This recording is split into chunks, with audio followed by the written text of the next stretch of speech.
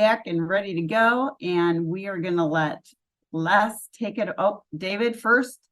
Do you have any messages for anybody? You got to unmute. Yes. It's not the computer, it's me. Well, this evening's program is on shades of green in honor of St. Patrick's Day coming up. So we have done green programs in the past, but this incorporates all the different green colors of glass produced at the Cambridge Glass Company. So I appreciate Les for leading the program tonight. And Julie, at the end of the program, I'll talk a little bit about the April Zoom and Tell theme. Okay, perfect. Thank you. So Les, we're going to let you take it away. Okay, so it is green. This ended up being a program that we slipped in. We needed a filler, and so discussions of the committee, well, it's St. Patty's Day, let's do green. I know there's a lot of people that like green, that's for sure. And of course, there were 10 different green colors made by the Cambridge Glass Company over the years. So we should have some good variety on this. I think it's okay if I mention, Julie, that Jack and David and Julie and I had a Zoom gathering about 2 weeks ago just to review the progress of Zoom and Tell. We've been really happy the feedback that we've gotten from all of you. And so we're going to kind of continue the way we have in the past, but input's always welcome. And then maybe that we're hoping as many people as possible will show glass because it is all about sharing. But maybe limit it to about 6 pieces or so from each individual so that we can get as many people involved as possible. So moving on to the green colors produced by the Cambridge Glass Company. Those 10 colors were pretty much spread across the different eras of the company. To make green glass, the company probably said yippee, because it was one of the easiest colors to make. We've talked before, a real problem for glass making is impurities in sand, and the major impurity in sand is iron. And iron imparts a green color. So if you're making green glass, no problem. You can have iron in the sand. So it was probably a color that they found fairly easy to make because of that.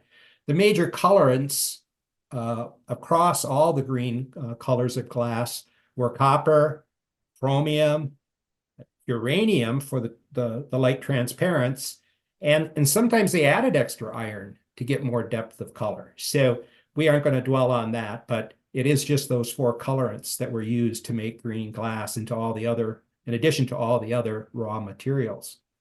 Well, in the first period of the company in the 1900s and 1910s, they had 2 green colors.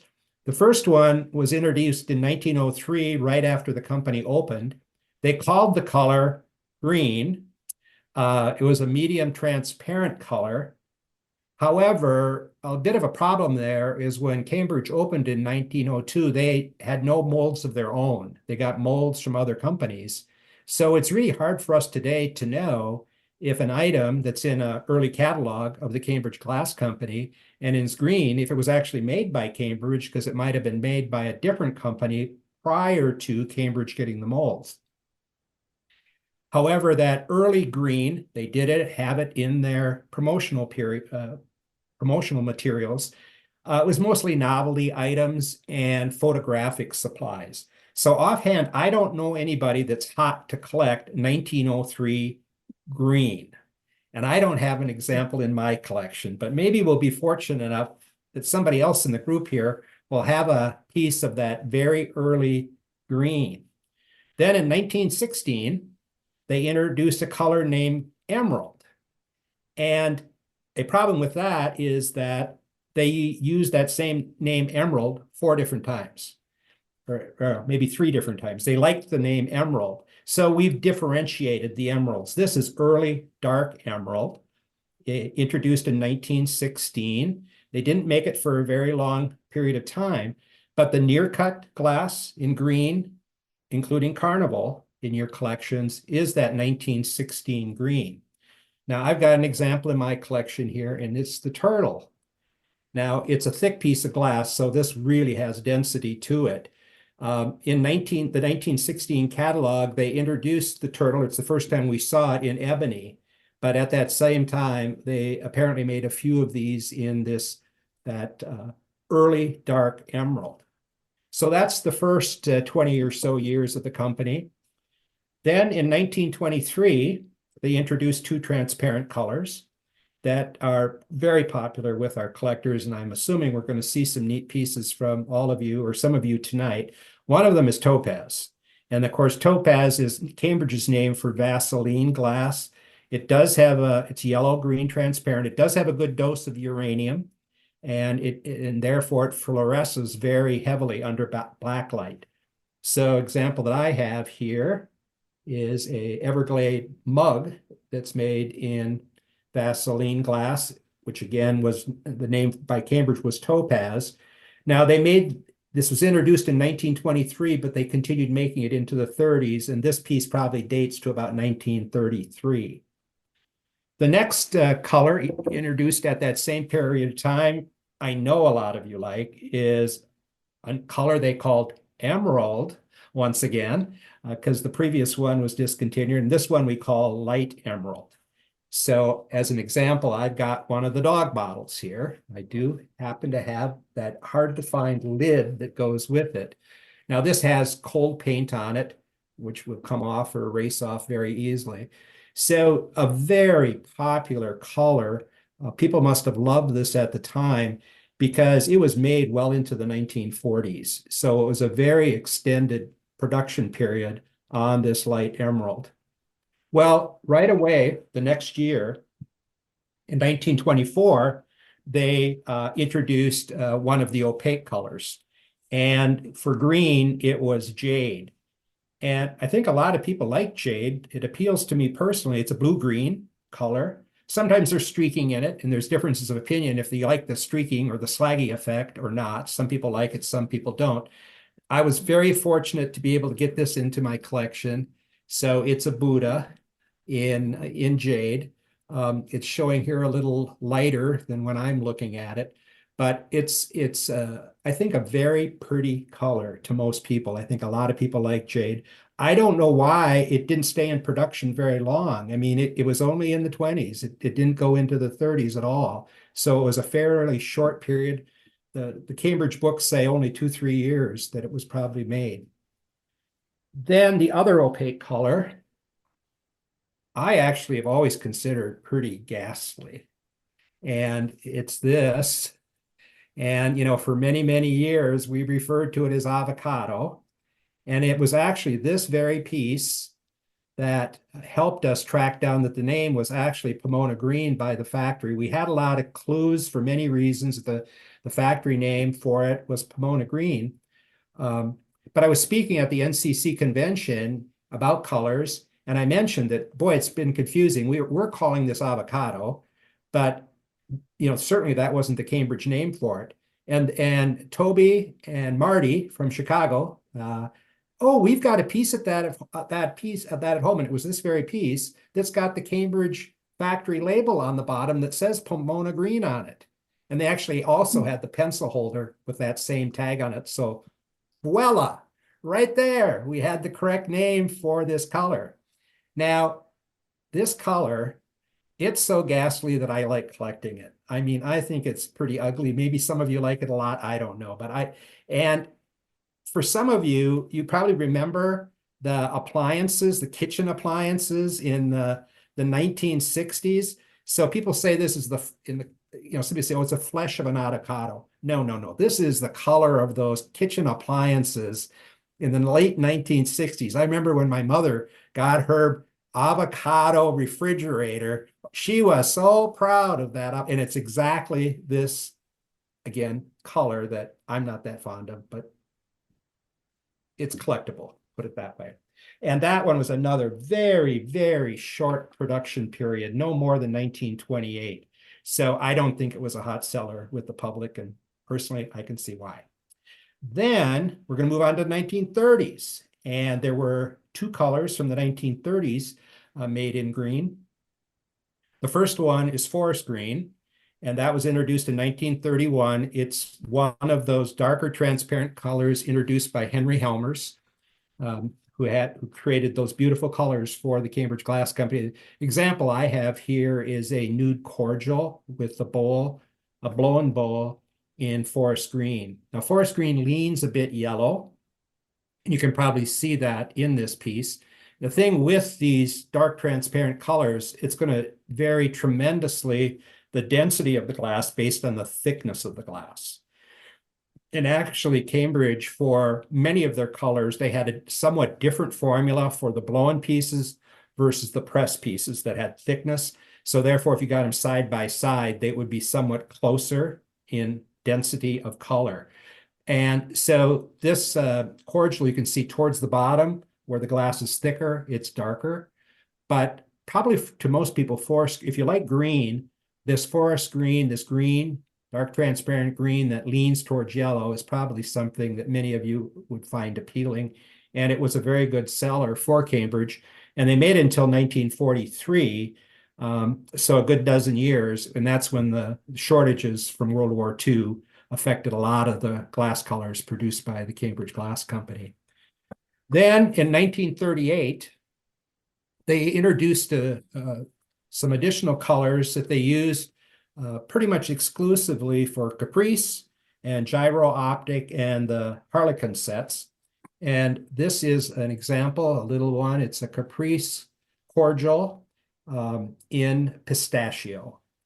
Now, I've gotten a little bit of a kick reading out of the colors book because they say, oh, pistachio, mocha, la rosa, that they have a gathering property, like there's something special. Well, we now have the formulas, and it's identical to light emerald, except there's less colorant. And it's the same thing for La Rosa. It's identical to peach bowl, which is somewhat less colorant.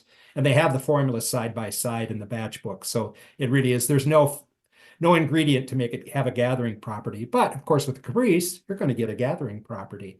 So a very delicate, dainty color. And it's probably, a lot of you would think it's too bad they didn't make it in things besides Caprice and Gyro Optic and the Harlequin sets. That one was also made till 1943. Then we get to the 40s and the 50s. In 1949, they came out with both Mandarin Gold and Emerald. Well, they got an emerald again. This time, late dark emerald, we refer to it to separate it from the others. And it appears that during the 40s, Cambridge made almost exclusively crystal glass. Some of that was probably due to the shortage of materials, but it may have been taste of the public as well. So crystal was big. But then about 1949-50, color seemed to return. They reintroduced carmine. So this is an example of late dark emerald, excuse me. Now this piece is for the Cambridge Arms. They did make a few of these in late dark emerald and Mandarin Gold, and I was lucky to eventually track one of these down. So then the last color that they made during the reopen period is called, guess what? They repeated a name again, pistachio. But we refer to it as late pistachio because it's not identical. And during the reopen period, some of the people that talk about the reopen period get very harsh. This is a crackle nude cocktail. It appears that during that reopen period, the company was struggling. So they took some of the ingredients in the class out that added quality, brilliance to the glass, probably in particularly borax. So the glass was less expensive for them to make. And any of you that have this late pistachio in your collection, you know how greasy it'll get. You'll wash it, you'll put it in the display case, and within a couple months, it's got a greasy look to it again. So of all those colors from the reopen period, the one that really struggled on quality, especially for display, was late pistachio. And of course, the crackle, they did only during that reopen period for the nude stems. They did a little bit of experimenting with other pieces with crackle before the reopen period. So, Julie, I think that's all I've got to get things rolling. So I'm anxious to see what everybody else has to share with the group. Well, thank you, Les. As always, it's wonderful to hear all about our colors. And I didn't really think about the quality of the glass causing things to get greasy. That may explain, or it's just that I don't clean my glass often enough. So it's one or the other. I think it's probably the latter. So with that, we're going to open up show Zoom and Tell. And we're going to start off with Christine.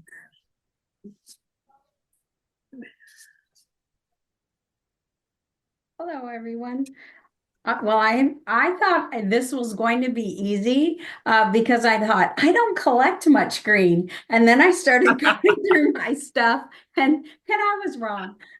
So the first one I want to show you, if anyone has any information on, it's a very small vase. I do have it in blue and several other colors, but had never seen it in green. Is that a caprice, or does anyone know anything about this vase? David Ray. I'm here. That is the number 249 crystal Caprice vase in forest green. That was certainly a limited run on those.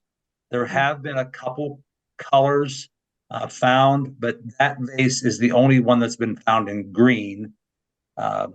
Typically, you would find it in crystal and moonlight. And I think Richie Bennett and maybe Anna Pavlov have found the ivy ball in carmine.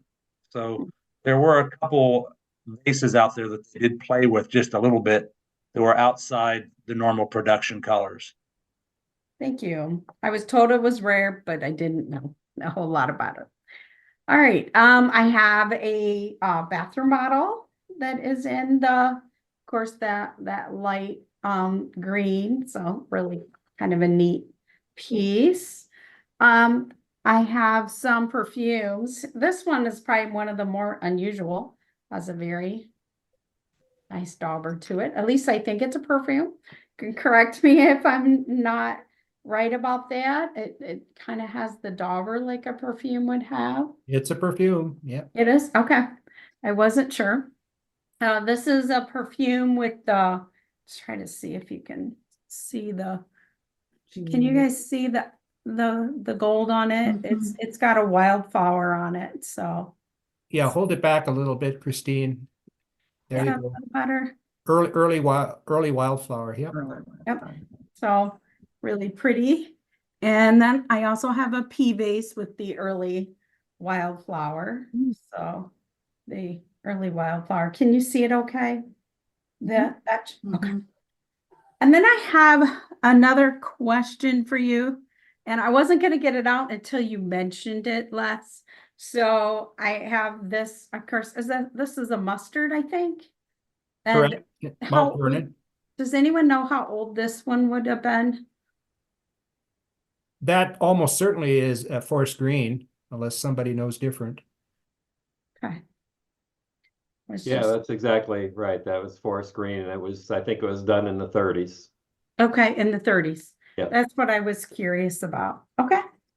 Thank you. Oh, I do have one more. I apologize. I actually have the refractory bowl too, but I don't have it to show. This is a flip bowl in that Pomona green. It has the gold overlay on the side of it. It's a really pretty decorate on the Yeah, side. that gold decorate with that rose etching is the most common on Pomona green.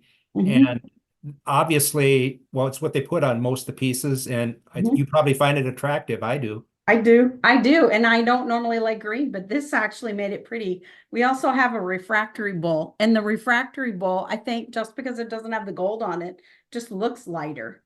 I'm not sure, but it's kind of a neat piece. So, thank you. Okay, well, thank you, Christine. It's always good to see the pieces that you have. And of course, I just have to say, yes, I saw lots of pharmaceutical wear yesterday. So I thought of you immediately when I saw it. So excellent. And thanks for showing the Pomona with the gold. I do think it does bring out the crispness of the color with the gold in the background of I think it looks great. So with that, we're going to move on to Jeff. Jeff, are you on, Eggers? Yes, I'm here. Hello, everybody. Hello. Good to see you, Julie. Good to see you. I have to just say one thing. We with you and your brother, I'm relating you now to the Kelsey brothers. I have the Eggers brothers in Cambridge, and I have the Kelsey brothers in football. So Oh, cool, cool. Kelsey brothers. Isn't that what's that female singer's? Taylor Swift. Is that who it is? Is that Yeah. a Kelsey guy? Is she's with? That's a Kelsey guy. Yeah, not like I keep up with that. The only closet football game Swiftie I are ever you? watch, yeah, the only football game I ever even watch is the Super Bowl anyway. Okay. But anyway, All right. Back to glass. yeah. This is my first piece. This is a 3900 Corinth line. Compote, we'll find out in a couple months. Who knows? That's going to be an interesting one. And of course, this ivy ball, keyhole, melon ball, ivy ball, either one in the green there. And my satin 2 Kid, which has a really good glow to it.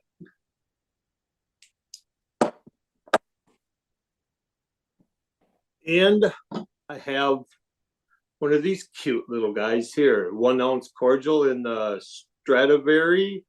Am I saying it right? I could say Stradivarius, but I know it's not a violin. It's the closest thing I got to one though. And my nude stem in the darker green. Kind of going through this kind of quick for you. And this one is really kind of cool. Another of the, what did I call this one here? The 531 with the 732 etch, which I believe might be Majestic also. The name. Elaine's gonna comment on that. Elaine, it's your. And it glows pretty good too.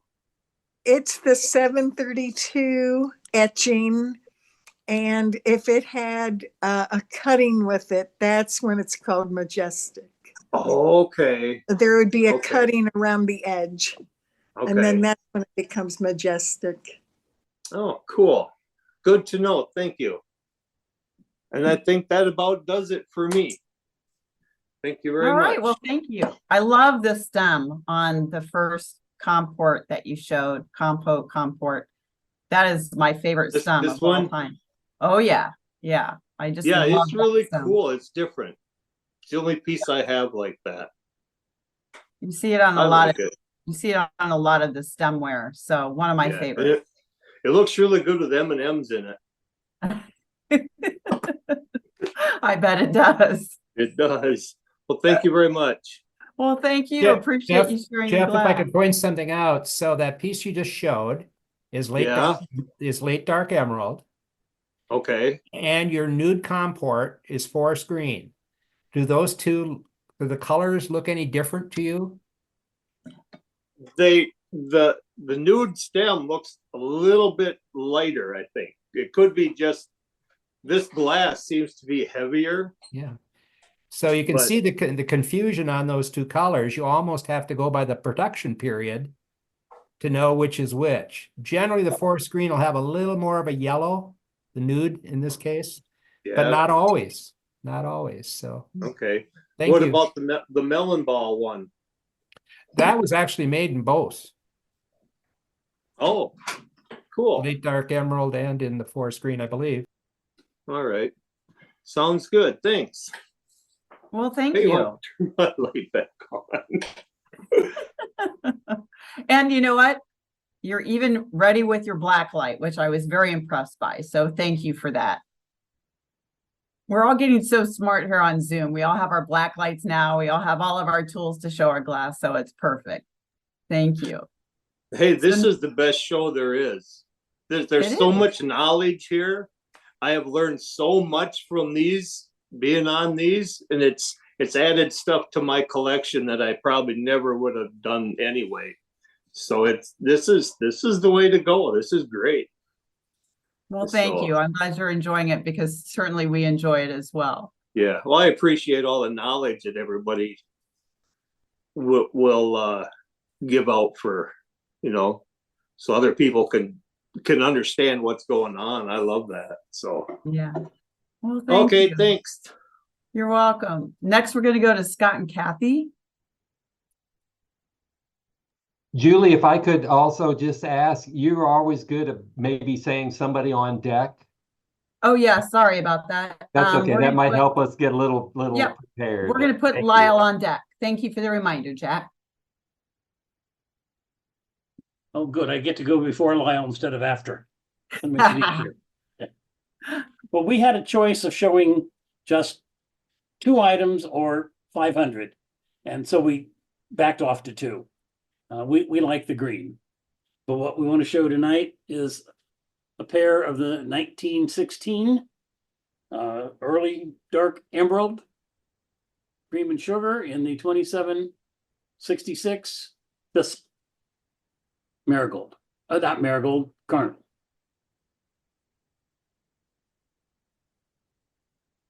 Try to get it Beautiful. focused best. That's all we're showing tonight. That's it. That's it.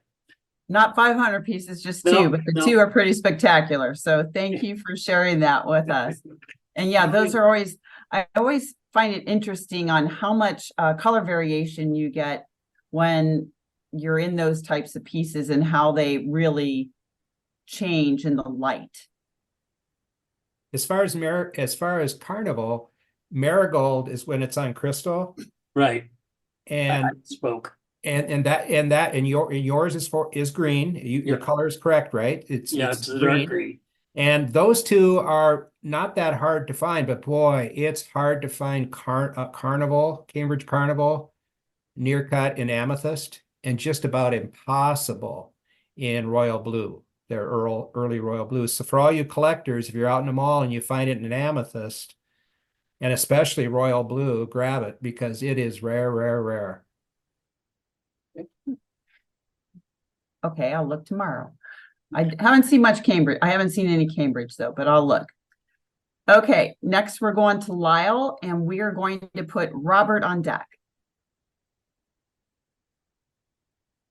Alrighty.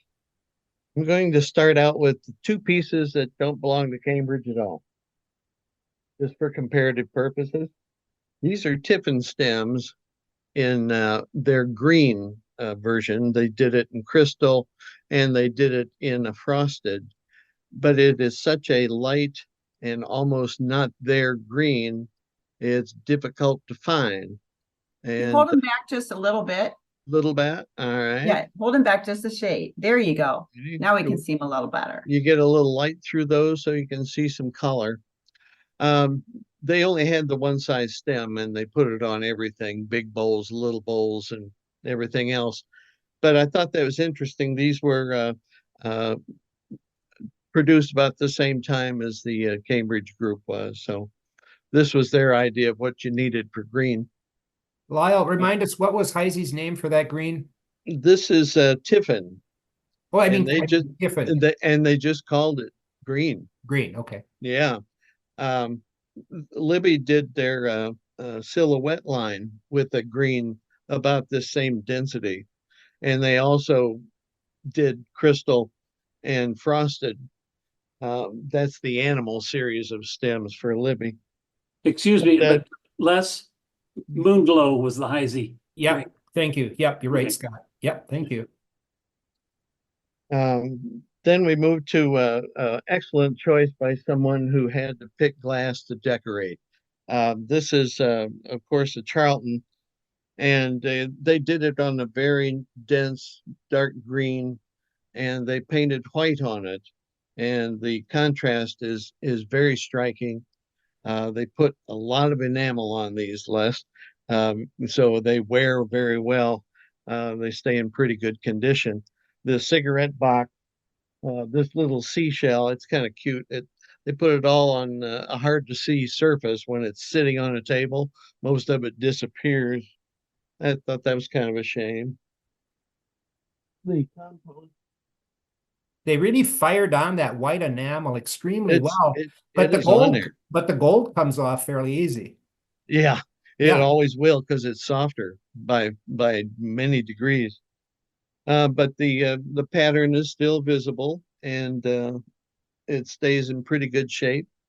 They got a pretty consistent collection of greens, which I thought was kind of a nice thing. The candy box is well done. Again, it's the same pattern, but it matched the shape of the glass, which was kind of a nice thing. And I have some of the ladies, of course. This one I thought was fun. It was described when I bought it as that odd green. And that's the way it was listed, I'm sure, in the 1933 catalog. Odd green. So technically that's the 11th color. The 11th. But it only, it pops up in such few, just those Veritone in the Harlequin sets. I thought it was cute as a button. And when you put them, you really have to set it in with a bunch of friends that are, more normal before you can even tell. By itself, you'd never tell that she's odd at all. And the other green, I have to take this on good authority because I'm semi-colorblind. So I've been told this is topaz, which is a nice thing. She's on a crown Tuscan stem. But what I've noticed about both of my topaz bowls, they weren't done very nicely. It's like they were in a hurry. There's bubbles, there's smears, there's straw marks, and that type kind of of thing. streaks, right, Lyle? Yeah, they just You're threw right. them. And why they did that, it's more on the topaz than any other color. I don't know why. It's like they hated that color to work with, and we all know they hated the crown Tuscan stem, so this one had two strikes about it just getting here to begin with. I've got a pistachio tall stem cocktail.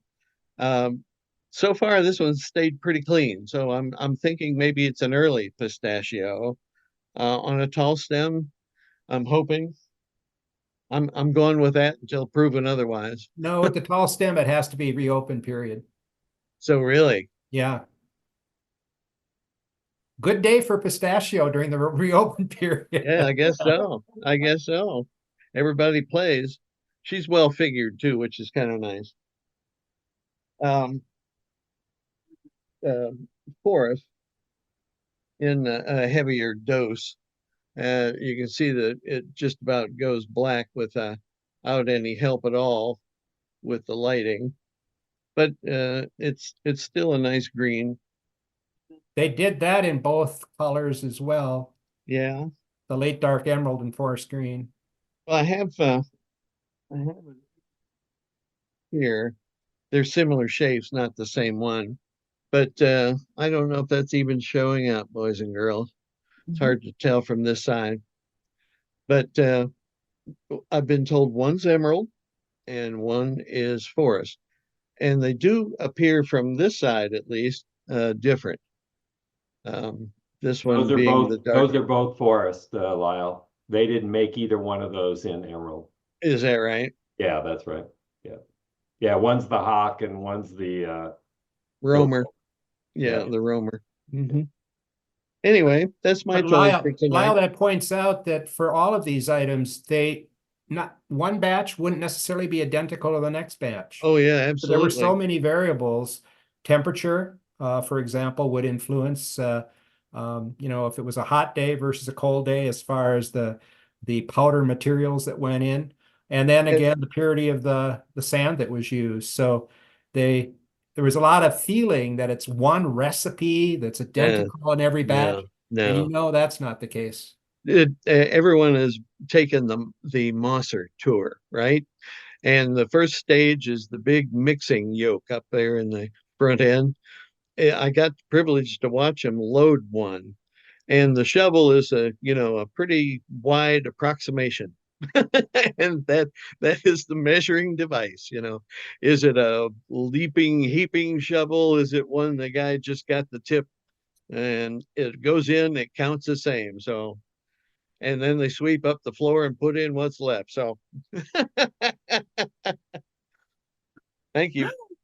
Well, thank you as always, Lyle. I'd be very disappointed if you didn't have any ladies to show Oh, us. my.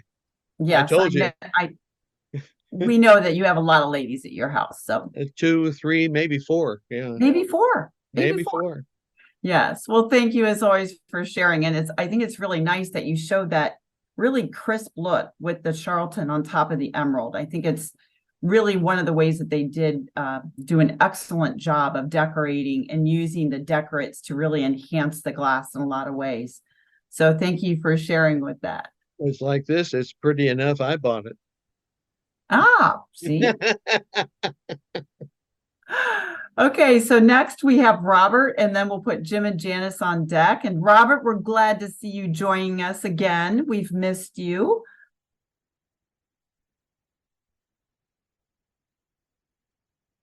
Are you there, Robert?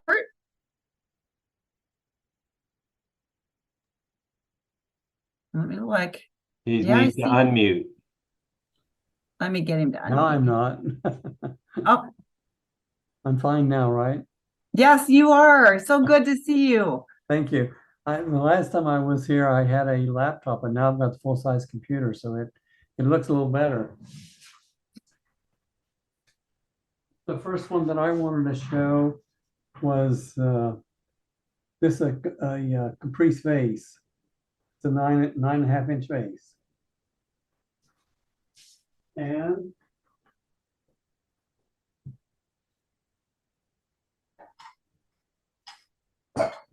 I've got this cigarette ashtray. Excuse me, number 1713, 6-piece smoker set. It was in the colors book. Can you see it okay? Yes, thank you.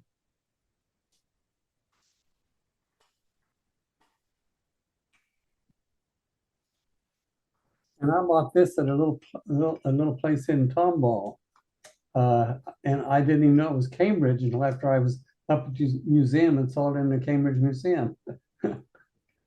It's a village dish with a bud vase in the center. I believe that's what it is.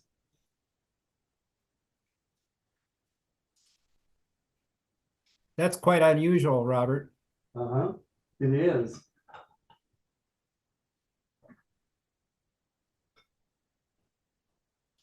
I've got a pair of these candlestick holders. The 1388 Caprice 3-tier candlestick holder.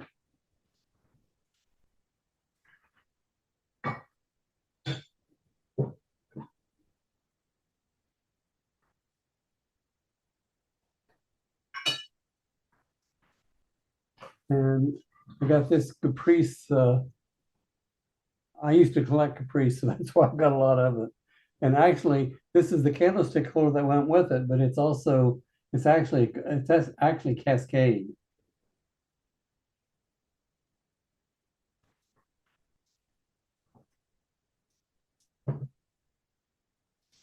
Which you can tell from this vase very well.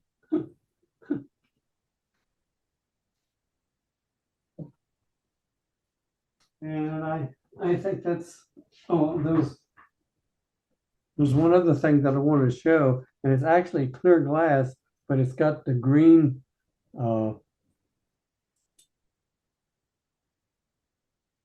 willow enamel. It's just like the blue willow, except it's green willow. And I thought that was really neat. And I've got a lot of other things too, but it's already at least 6. Oh, well, thank you. It's so good to see you. And I especially like that you showed the willow, because it's not something that we've had a lot here on Zoom and Tell, but it's clear. It's clear yes, glass. and you normally see it with the blue. I haven't seen it in the green very much. So it's always nice to see those variations. I used to have a blue plate, but I don't have it anymore. Yeah, and I like how you match the Cascade with also the Caprice. I think that's a great idea. Yeah, it is. It comes with Caprice. That's the way it is in the Caprice book. Yes. Well, It's thank you. And it's so good to see you. different. Thank you. Uh-huh. Next, we have Jim and Janice, and we'll put Greg on deck.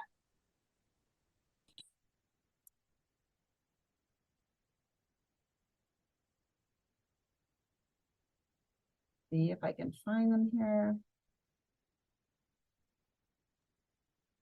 There we go. Hopefully there. All right. Are you, all you people back east that just had dinner, we have a, can you see anything here? It's a demi-tasse. Just hold it back a little bit. Oh. There we go. With the square plate underneath. We have a pair of those in green. Forest, excuse me, lighter mix.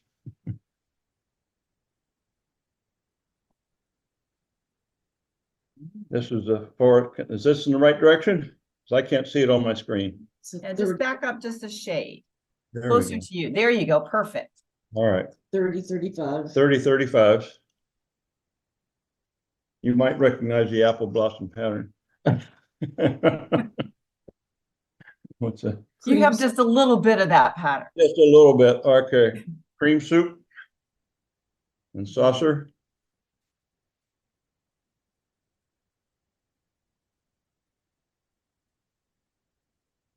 Jan tells me to be very careful with this because this is the oil with stopper. And our dog is talking to him. Okay. A pinch vase, Pinch decanter. a decanter with the stopper.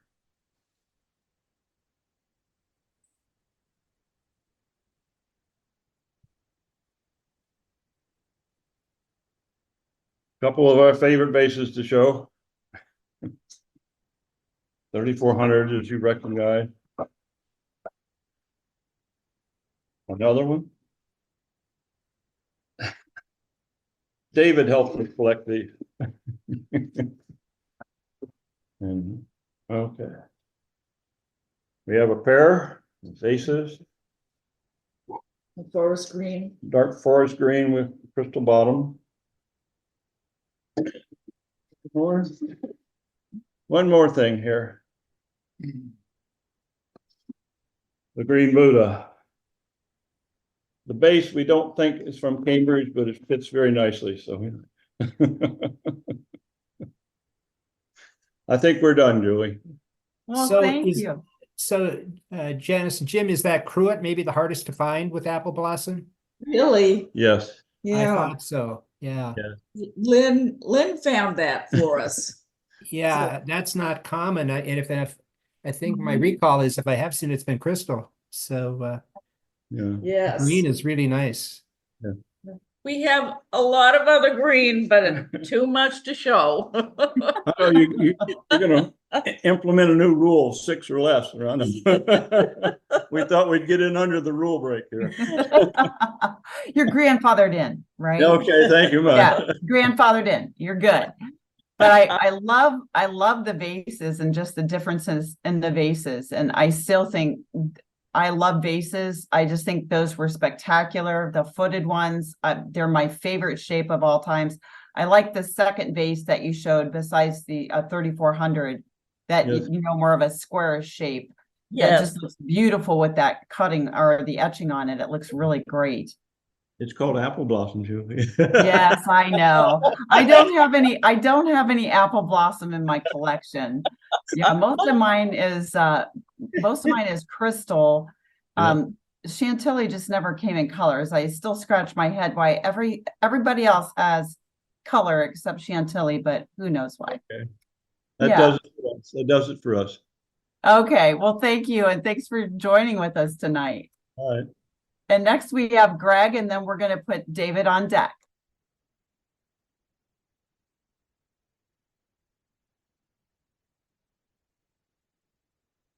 Oh, there I am. Yes. Hello, everybody. Well, first can you see me? No.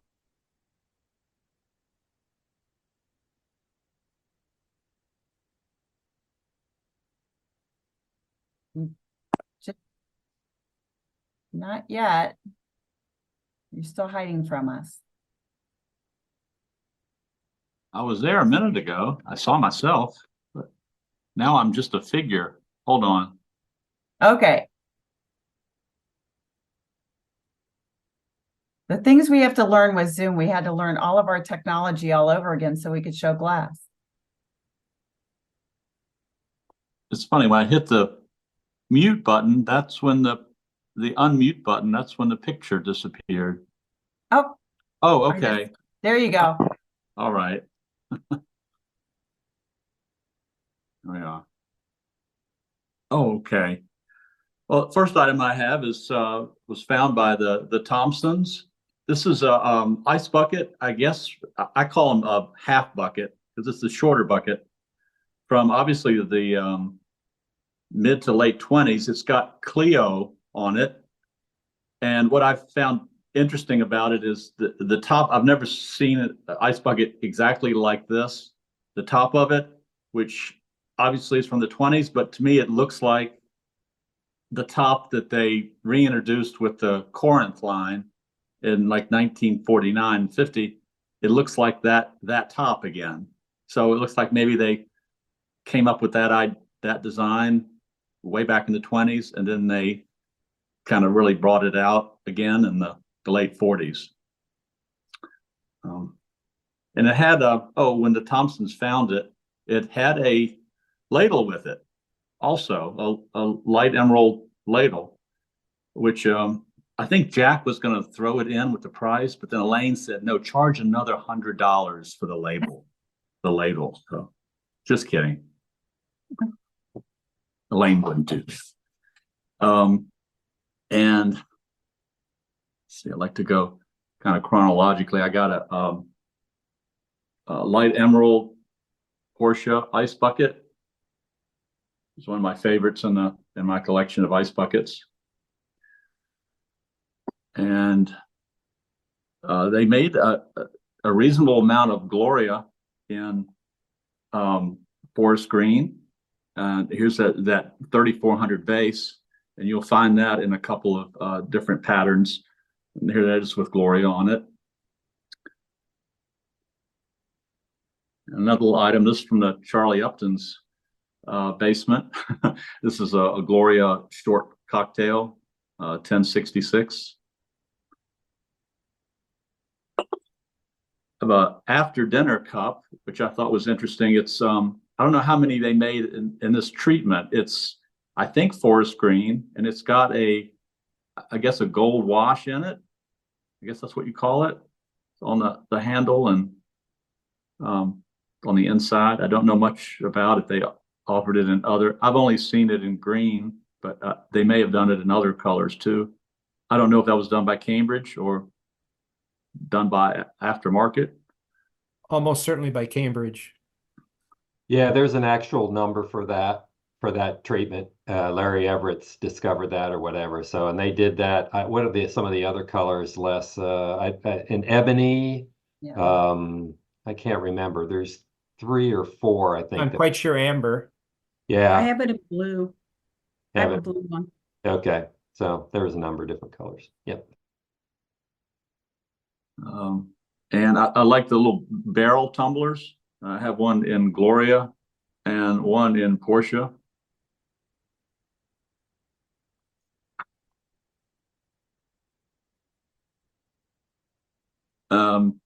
Asparagus plate. I think it's interesting. They only made the asparagus plate, as far as I know, in crystal and in forest green.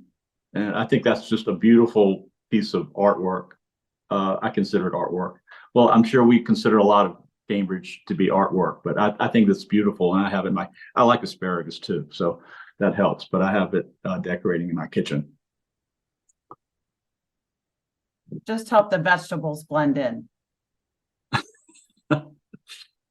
Ram's head bowl. I don't have any matching sticks with it, but I think that's just really, really beautiful in forest green.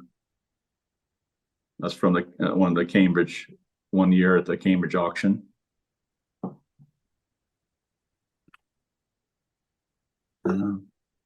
Pistachio, Caprice, Claret. my only piece of pistachio Caprice pistachio, but I think that's a really a beautiful color of Caprice. Got a rescue dog here. It's a rescue dog. He came this way. He has this pencil stuck through him, and he's okay though. I mean, you can take the pencil out, and he's okay, and you can put the pencil back in, and he's fine with that too. He's a good boy.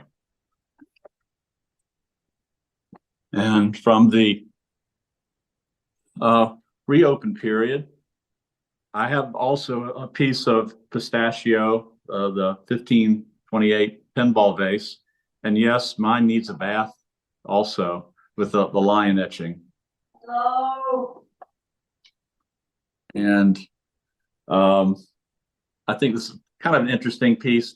Boy, it doesn't get much dark green than this. This is that pristine tuck handled bowl that came out with the late emerald in 49 and 50.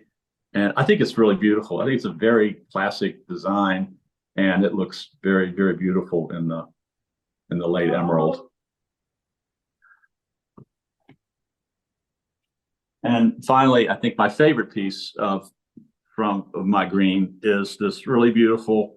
It's just described as a bowl in the catalog, but it's in the Diane pattern, and I have it on my dining room table, and I think it's just really a very beautiful piece of glass. So thank you, Mr. Ray, for finding this for me. Appreciate it very much. That's all I've got. Thank you. Yes, beautiful. I love the etchings that are showing up on the emerald that you have in the different colors of green. I like the lion. I haven't seen that one. I know it's, how many pieces did that lion come on? Does anybody know? I know we've seen it on vases, but. Well, it originally was part of the Windsor Castle. Yes. From the 30s, and during the reopen period, they took just the lion part of that, left the castle somewhere, and took the lion and put it on, as far as I know, it's on a vase, and it's on a decanter.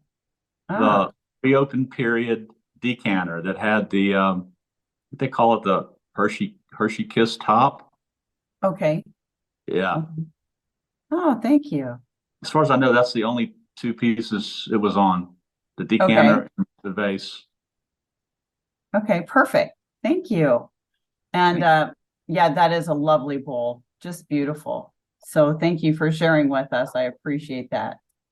And I think I have David next, and then I'm going to put Marilyn on deck. Thank you, Julie. It's good to see everyone this evening. I'm going to start with my first piece. Am I showing up okay for you, Julia? All right. There was a discussion on Facebook today. Wendy Steelhammer had found a pair of willow blue candlesticks that would match this console bowl, and she was asking some questions if anyone had seen the candlesticks before. And of course, Tony Netto has the complete console set in willow blue. But this bowl, I've just always, when I went to Rick Jones's house many years ago, I saw this in their light emerald case, and when he decided to sell it, I just thought I needed to add that to my collection. Just such a great piece, and I had never seen it before when I saw it in Rick's house, and it's really a unique piece. It doesn't necessarily scream Cambridge when you see it. Of course, the color and the etching do, but it's not the typical shape you'd see made by Cambridge. So I thought this was pretty cool. It comes in pink and blue and obviously light emerald. Continuing with light emerald this evening, this is the 4.5-inch swan that has the special candle well insert that's 2 pieces. So they sit down in there, and sometimes they sit down in there better than others, but this one fits down in there, and I just think these are cool. I collected swans for a long time, and these candle holders are quite unusual, but they're kind of fun to find and put those together. And my last piece of light emerald, another piece that I just love the shape of the vase in general.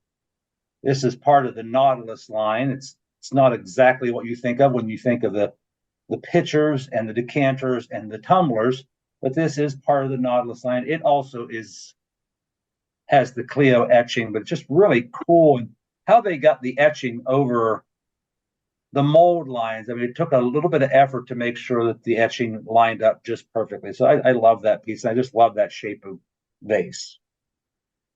Moving a little bit later, Greg showed the low cocktail or oyster cocktail. I can't remember which one he had, but this is the saucer champagne or low sherbet in the same pattern and same design, the 1066 stem. And I think they made pretty much a full line of this. I believe it's shown in the 3034 catalog, and it's just incredible when you see it. It's just such a beautiful design.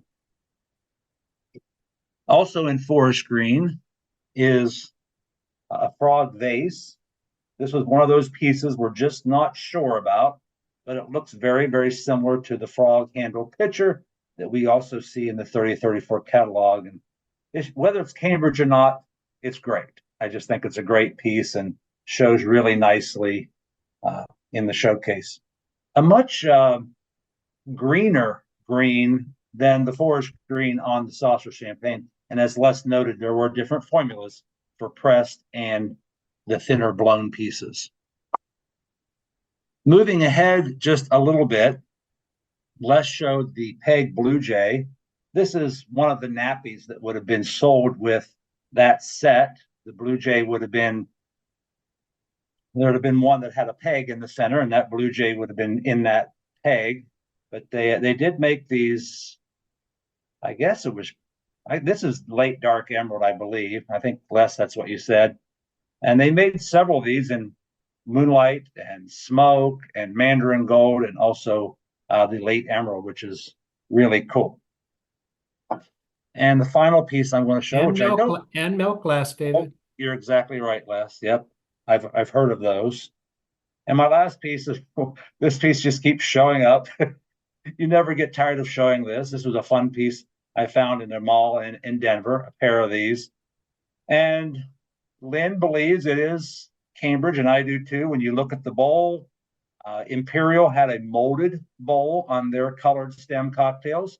This is certainly not a molded bowl. It's been blown and nicely ground and finished on the tops. But I'm not sure if this is emerald or forest. I don't know if this would have been made at the same time. The ebony stem cocktail was made by Cambridge, but it certainly is a fun piece to have in the collection. So still doing research on this. Julie, that's all I have this evening. Thank you. Well, thank you, David. And yes, we would be remiss without showing a green frog. So yeah, thank you for showing that. And obviously that stem is very, very unique on the statuesque line. So always a pleasure to see that. So next we have Marilyn, and then it'll be Jack on deck. It's Marla talking because I am, can you hear me? Yes, I can. Thank you. Okay. It's Marla talking because I at Marilyn's house, but somebody already showed, hold on, let's see. Can you see hold her? it back a little bit. There you go. Just to tell the backstory of this, because she's had this since around 1960, and she dug it out of our grandfather's barn and didn't know what color it was because it was totally black. And until she got it in and scrubbed it up, did she even know that it was green? But just had to show it because she's had it since 1960. And then nobody showed this set. And this, she lives in Ohio and brought back from Florida also many years ago before we were collecting Cambridge glass. It's a little blurry. Can we hold it closer to you? And yeah, for some reason it's not there. Oh, it does show. I don't know. There you go. If it's in front of you, it shows. I think it's because of your screensaver. Oh. Okay. You see it? Yeah, still but I see the small ones she's holding up, so it's all Oh, good. okay, 'cause she's doing better. Okay, show her mirrors. And that's just a set of salt and pepper shakers. Nice. That's it. Okay.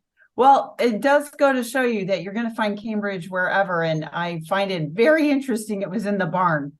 So did we just Yeah. why it was in the barn, we'll never know, but it's interesting that I'm glad that you found it and you were able to save it from the barn. Most of the family worked at Cambridge Glass. So I guess they got tired of it in the house and it had to go to the annex. It's like I call mine the annex. So when it goes to the annex, it was somewhere. So thank you for sharing that with us. It's much appreciated. And of course, it goes to show you it was on so many different kinds of pieces, utilitarian types of pieces that you use every day in your salt and pepper shakers. So thank you again for sharing. And Jack, you're up, and I don't have anybody else on deck. So if you have some glass to show, just throw it in the chat box for me, or we'll get to you after Jack. So Jack, you're up. Okay, thank you, Julie.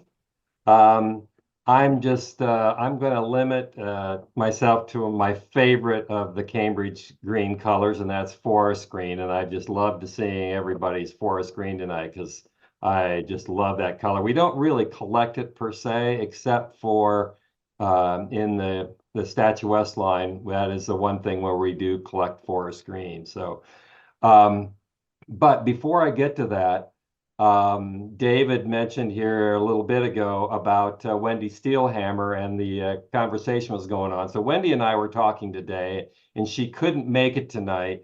So she asked me if I would show this candlestick, and that's the one she bought these in willow blue. And of course, David showed the matching bowl that goes with this in light emerald, which is what this is. This is a 747 candlestick. Came out in the 27 catalog. I just think it's a really cool design. This has the Clio etch, which is what it was predominantly etched. So there was another numbered etching that shows up in the 30 catalog, and then that was pretty much it. So it was not made for very long. These candlesticks are pretty difficult to come across, difficult to find. So anyway, Wendy, this is for you. So. Can that be used inverted? Can you? People do that because yeah, if you turn it upside down, it looks like it'd be like a little comport. I've never seen any Cambridge literature that addressed that or any picture that showed it like that, but probably could. So, yeah. Okay, so the first one we're going to show, again, these are all forest green pieces. This is the 1307 candlestick with the tall posts. Of course, they came in short and tall posts. And this one is etched, I believe, grape. There is also the Martha etch, which is so similar. And on certain pieces, it's almost really impossible to tell because they are so, but I'm pretty sure this one is grape. So in the forest green. The next candlestick is the 627 candlestick in forest green, and it is etched. Diane, look familiar, David? I got a story about that to tell you later. I've only seen a couple of pairs of the 620 candlestick in forest green etched. So if you ever have a pair of these, you have a pretty special piece.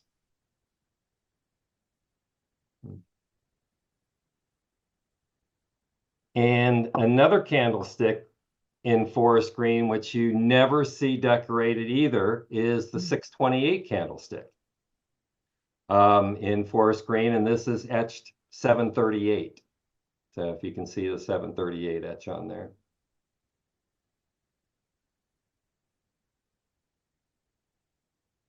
So we have a pair of these also.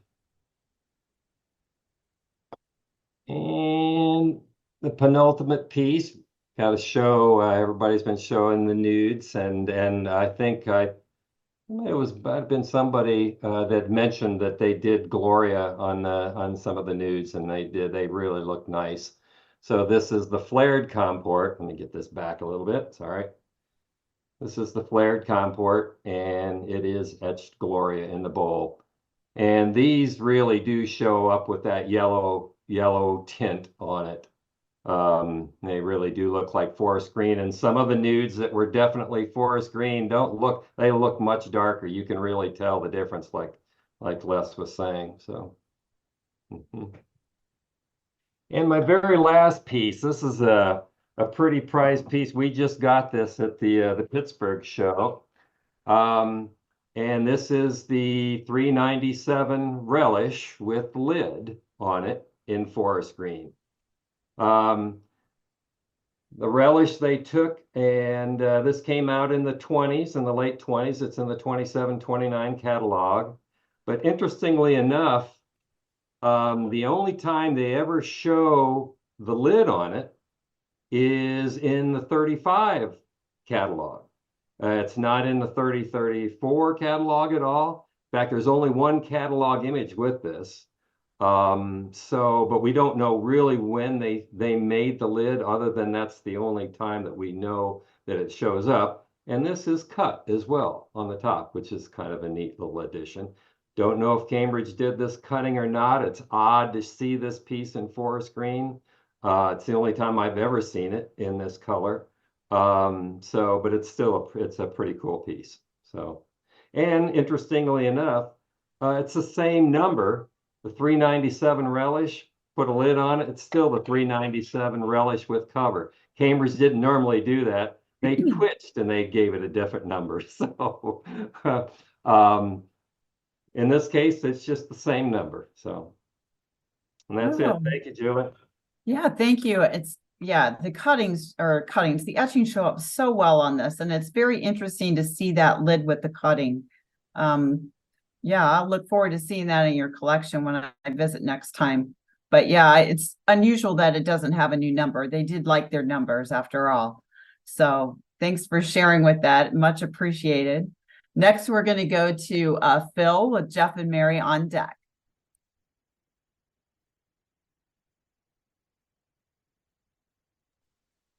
Hello, I made it. Can you hear me now? Oh, yes. Okay. First one I'm going to show you, nobody else has shown this one tonight, is I've got my seashell bowl. And I assume that's forest green because there's a lot of yellow in it. Ain't that purty? That's purty. That is emerald. That is late dark emerald. Actually, Jack, I think they made it in both, didn't they? Because the seashell line was introduced in the 30s, so I think it was. Yeah, I think it's both. But I didn't know that they made that in forest green. Maybe you're right. I think it's both. It could be they brought it out back in 49, I think. Yeah, sure. Okay. In Lake Dark Emerald, but doesn't that one have a yellowish tinge to it too? Philip? This one does. Yeah, yep. I think it might be forest green. I think it can be either. This is actually the second time this has been in my possession. I got rid of it probably 10, 15 years ago, and I found it again a few years ago. Same one, the one I had. So, yeah, it's kind of a story. I'm going to steal a play out of Lyle's book. I've got one of these covered cigarette boxes too with the emerald, or with the paint and so on. Where's my camera? There it is. So I was pretty proud of this one. So now I've got one too, Lyle. So, and I've got, I imagine this is forest green also. The Stradivari. I think this is goblet. Is this the goblet? Okay. So I've got that one, and then along with that one, actually, I also have this. They're cocktails. The cocktails, and then I've got the pistachio one also. So, and that's all I've got for you. Well, that may be all you're showing us, but we see a lot of green behind you, so we know you have more. Well, I could steal another playbook out of Janice's collection too. She's got the etched vases. Mine is not etched, but it's a 13-inch vase, so Yes, very nice. I could drag it out, but we're limited, so I'm gonna stick to that. Okay, okay. Well, that's awesome. So yeah, it's again, going back to the decorates on the emerald, it just shows up so well and really brilliant by the Cambridge Glass Company to decorate the darker pieces with a lot of the decorates. So it shows up excellently. So thank you for sharing with us as always. And lastly, we'll go to Jeff and Mary. Okay. We'll start with the early one. So this is we found this years ago, and I didn't really know a lot about this era of glass, but we saw it was marked near cut, so we knew it was Cambridge. And it's just, I think the gold stands out nice on the bowl. And then this we saw in the back of, it's on Phil's cabinet there, the cornucopia vase. We did a display for a local museum that just opened a collector's showcase at Christmas time, and we had this, and we had the green Cascade vase in it. And it looks really nice at Christmas time. This is one of we like the pattern, the Weatherford. And that's the celery dish. And then another pattern that we really like is the Martha Washington. And this one, I don't know if you could, it'd be really hard to see, but it's got the willow part 1 etch, just the kind of border around it.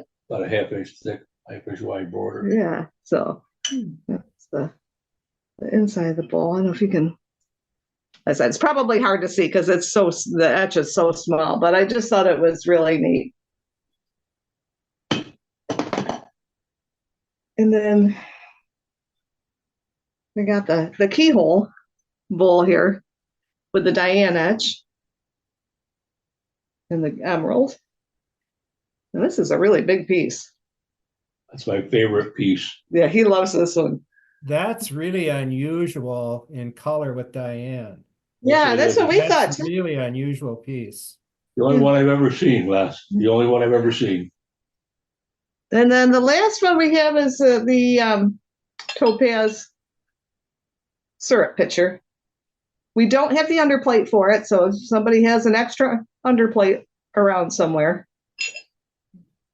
But I love this color too, and it does just flow on its own. So yeah, we limited it to 6 pieces. So we could show much more.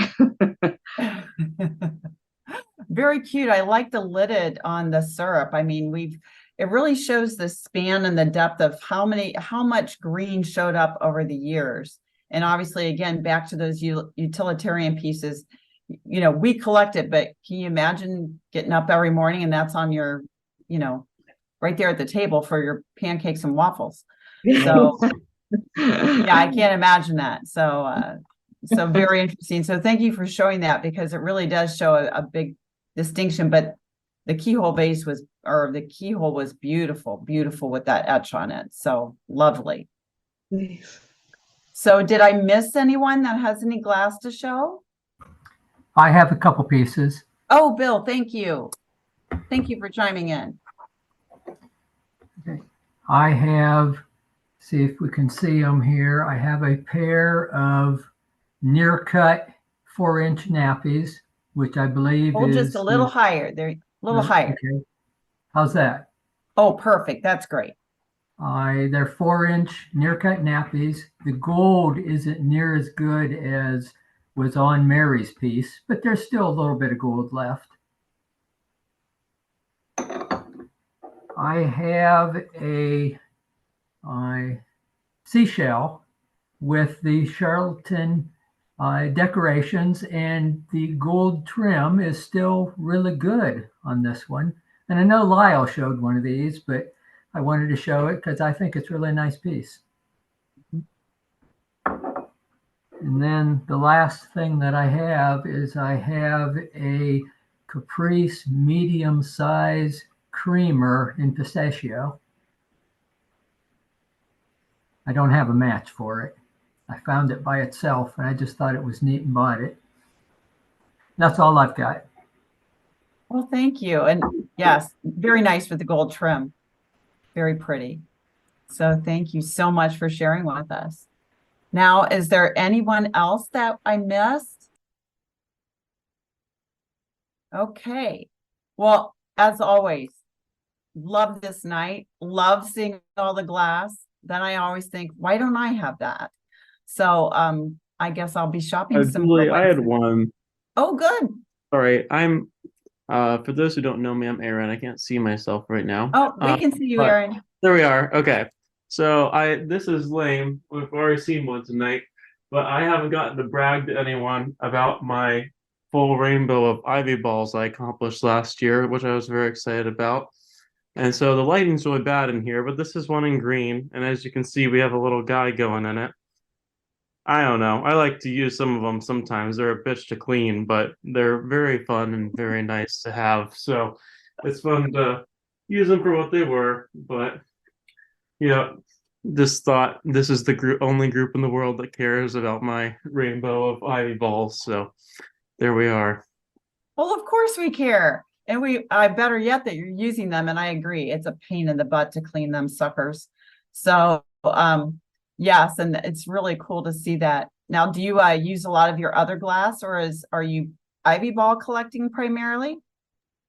I just wanted to get all of them. Well, I don't know. I have these two yellows that are like off of each other, so I don't even know. I think they're two amber and just different batches, but I call them my yellow and my orange substitutes. But there's a few other pieces of glass that we use vases, and a couple bowls for fruit. But yeah, most of it sits in the china cabinet most of the time and looks pretty. Yeah, great. Well, thank you for sharing with us. And we're glad to see that you shared your ivy balls with us. Yes, my dad has the same thing. He has them all lined up in a row, but he doesn't really use them per much. Mainly if he's, I don't know, sometimes we put stuff in Christmas, but that's about it. But yeah, I like to see the different colors all lined up. It's kind of like to see the rainbow effect. But thank you for sharing with us, Aaron. And anyone else before we turn it back over to David? Hearing none, it's back to you, David. Over there. Hi, Julie, I'm back. Well, thank you, Les, of course, for leading the program and going down through all the different shades of green made by Cambridge. It's hard to believe there were actually 11 different shades of green over the 56, 7 years of production. So green clearly was a popular color in the beginning, and it continued to be very popular till the company closed.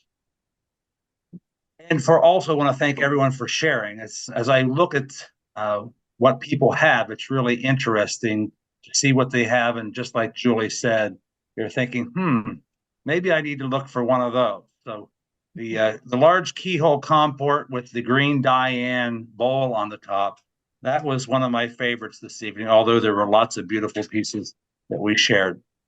Next month is April, and we're going to be doing gold encrusted decorates, gold trim, gold decorates. I'm thinking of the birds that they did on the ebon. So it doesn't necessarily have to be an etching that's filled with gold. It could be a trim or a decorate or anything that's gold related to Cambridge glass. We'll be sharing that next month, and Les will also be leading that program. So thank you in advance for Les doing that. And then in May, we're doing the cruets, the oils, and the vinegars.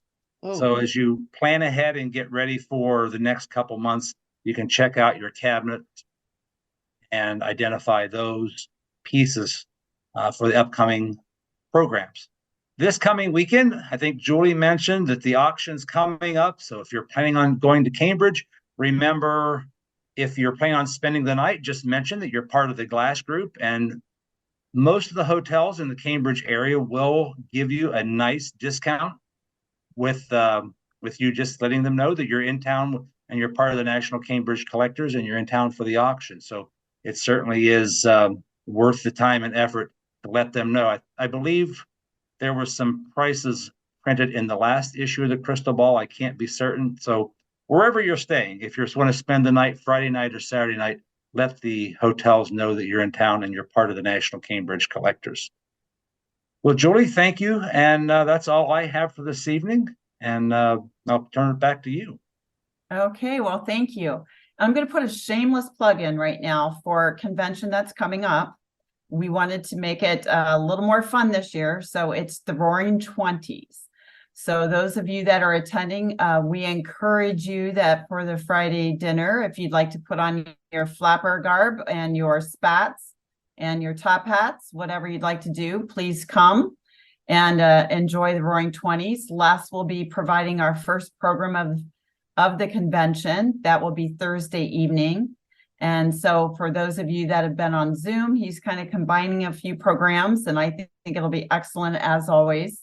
We know Les does a great deal of research before he puts these programs on for us. So we appreciate that greatly, Les. And with all of that, I'm sorry that I'm going to miss everyone at the auction, but unfortunately, duty calls. So I'm going to be maybe sightseeing a little bit on Saturday, but I'll be unfortunate that I'll miss the auction.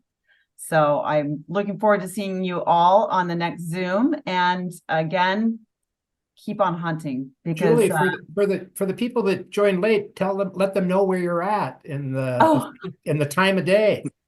Yes. Well, for those of you that joined late, I am actually giving a talk later this week. I'm in Athens, Greece. So it is right now, I'm 6 hours ahead of you. So it is a little bit earlier in the morning for me, but I wasn't really sleeping anyway. I was pretending. So it's about 3:30 here. And again, it's very interesting. Greece. It's the first time I've been in this area of the world, and very green. And it's very interesting to see just so many really older parts of the civilization here. I haven't been up to the Pantheon and those areas, but that's going to be a trek tomorrow morning probably for me before I really start my convention, or not my forum duties, so to speak. But yeah, very interesting to be here, but I'm still glass hunting. Trust me, I was out today and walked after I got off the plane and said, hey, I got to go out and walk a little bit, and went down to an area that's all antiques, and I'm like, glass? I'm looking. So I didn't see anything particularly Cambridge, but you never know when you're going to come across something, obviously. So I was very interested to see what they have here, but I'm thinking this could be where I find the most beautiful piece of Cambridge. You never know. So as you all know, when we're out, you never know what you're going to find, when you're going to find it, or where you're going to find it. So enjoy the time and enjoy your hunting, so to speak. So with that, again, thank you tonight for everyone participating, everyone showing their glass, and I look forward to seeing you all next month. Thank you, Julie. I have a question. Go ahead. Who is Brian? No, it's Jeff. Jeff, you had a question? Jeff had a question, then Brian piped in too. Oh, Brian did? Okay. Well, anyway, what's the airport usually people are flying into to come out there? To Cambridge? Yeah. You can fly into the Columbus airport. Depending upon the flights there, Dayton isn't too bad. It's a little trek to go from, not too bad to go. Cleveland is not bad. Akron, Canton. So I would say there's Pittsburgh. There's several airports to fly into that are. Yeah, Jeff, fairly... Delta has direct flights from Minneapolis, St. Paul to both Columbus and Pittsburgh. Okay. But it's better into Columbus, but it's a smaller plane. So if you're going to buy a lot of glass, that's a little bit of a problem. So you might want to go through Pittsburgh and ride on a bigger plane. What are they talking about? Pittsburgh? Oh, you're muted, so. Yeah. Okay, well, I appreciate that, Les. Thanks. Yeah, so it's you know, actually there's a lot of airports that can get you in. So we hope to Okay, see you at cool. convention. I'm hoping to be there. So Good. Good. And Brian, you had a question? No question. I just wanted to say a huge thank you, Julie, for moderating this from around the world. Have a safe trip. Thank you very much. Appreciate that. So with that, we're going to close for this evening, and I look forward to seeing everyone next month.